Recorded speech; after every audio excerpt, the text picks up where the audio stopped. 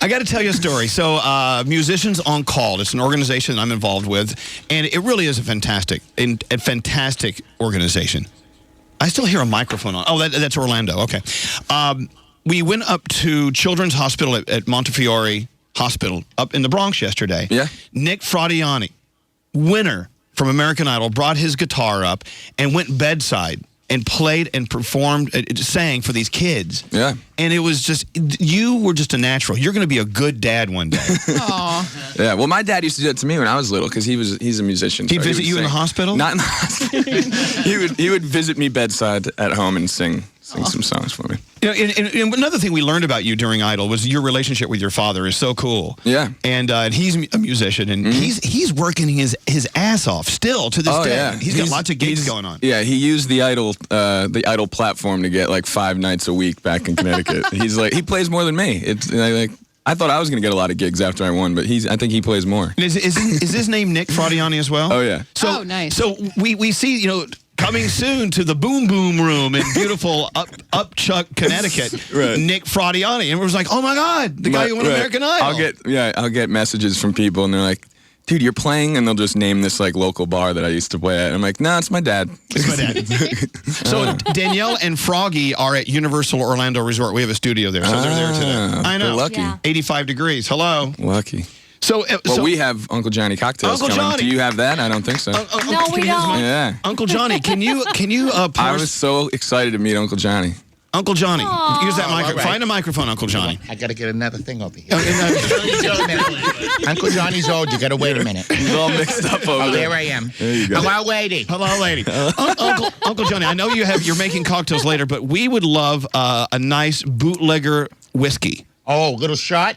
Yeah, but what, you want some ice? You want a little ice? Well, in only it? if you're doing this. Yeah, I'm gonna do just a little with a couple of cubes. Yeah, too. I'll do the same. I know that Bethany wants some too. Okay, so that's 4. Yeah. Are you always there? How many? I think that's 3. Are you? No, he's including himself. Oh, he's including himself. Oh, Okay. hello. Yeah.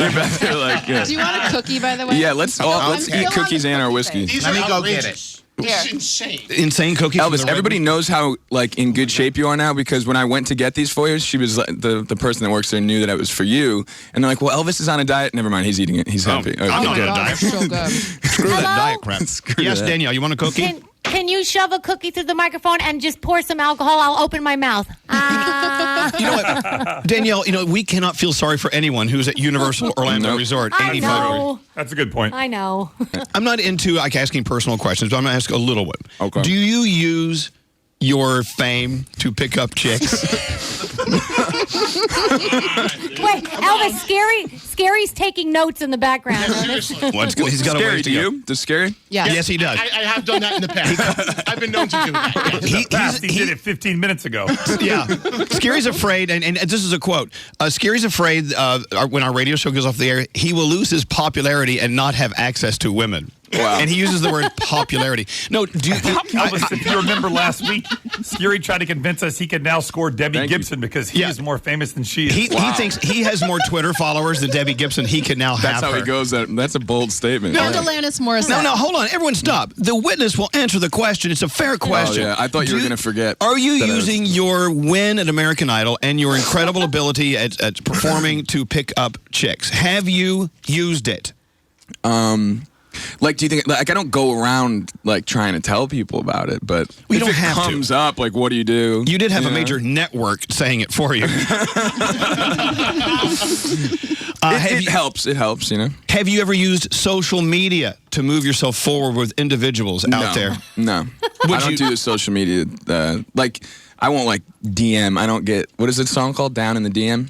Is that what it's called? I think it is. Yeah, I don't get down in the DM. Let's talk about what you're up to. Okay. Of course, Get You Home is the single. Mm-hmm. And what do you have coming up? I mean, where are we going to see you soon? Other than in jail in about an hour. No, really. What do you have coming up? Do you have something coming up? Or are you slowing it down a little bit so you can just relax and sing?